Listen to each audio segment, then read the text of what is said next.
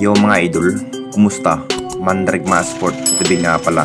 Ating pag-usapan, Barangay Nibra magbabawas ng player kahit semifinals at Chris Newsome matinding sinabi sa kupunan ng Barangay Nibra. Pero bago na nga yan, kung bago ka lang sa ating channel, huwag mong kalimutan mag-subscribe at i-click ang notification bell para lagi kang updated sa tinitis upload natin.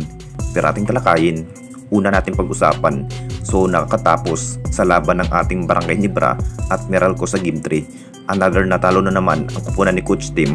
Akala na rin ng lahat mga idol na makabawi nga ang kupunan ng Barangay Nibra sa Game 3. Halos naglumo nga si Coach Tim sa mainit na laban dahil natambakan na nga dito ang kupunan ng Barangay Nibra sa mainit na laban.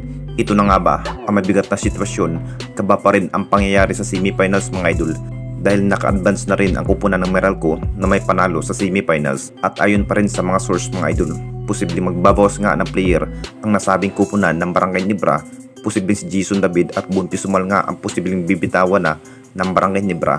Alam naman nating lahat mga idol, sa bawat role nga ang nasabing player na hindi pa rin masyadong ginagamit ni Coach Tim sa bawat laban, kung bakit interesado nga ang kupunan ng Barangay Nibra na bibitawan na ang dalawang player.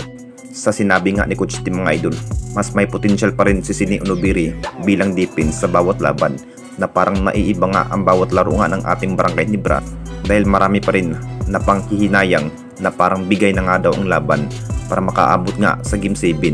Hindi pa natin masasabi mga idol. Halos nagkahirap nga ang kupunan ng Barangay Nibra kontra Meralco. Decision pa rin ang management na willing na nga ibigay si Bon Pisumal at Jason David sa ibang kupunan. At dito na naman tayo sa isa pa nating balita.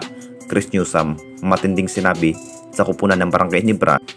Alam naman nating lahat mga idol na hindi pa rin nagbago ang magandang ipinikita sa kupunan ng Meralco sa Game 2 at hanggang Game 3. Tinalo nga ang kupunan ng Barangay Nibra, mas pinatunayan pa rin ng Meralco mga idol na kumpiyansa pa rin na sila na nga ang mananalo sa semifinals.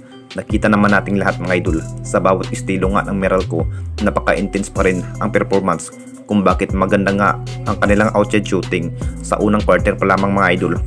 Mas maganda nga ang aura sa unang laban, particular kay Chris Newsome mga idol. Nakapagtala na nga ito si Chris Newsome ng triple-double sa field mga idol.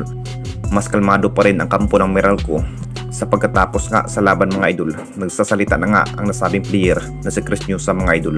Mas pinatunayan na nga daw na hindi na nga makaabot pa ang kupunan ng Barangay Nibra sa Game 7. Mas hinigpitan pa rin ang Meralco sa bawat stamina nga ng ating Barangay Nibra dahil alam naman ng Chris Newsome mga idol na si Sistan at Maverick Ahamisi ang bilang leading scoring machine sa bawat laban, kung bakit nabasa nga ni Chris Newsome ang bawat plano at estilo ni Sistan. Panalo nga ang Meralco sa dulo at may dalawang panalo na nga sa semifinals. Anong masasabi ninyo mga idol tungkol sa ating video?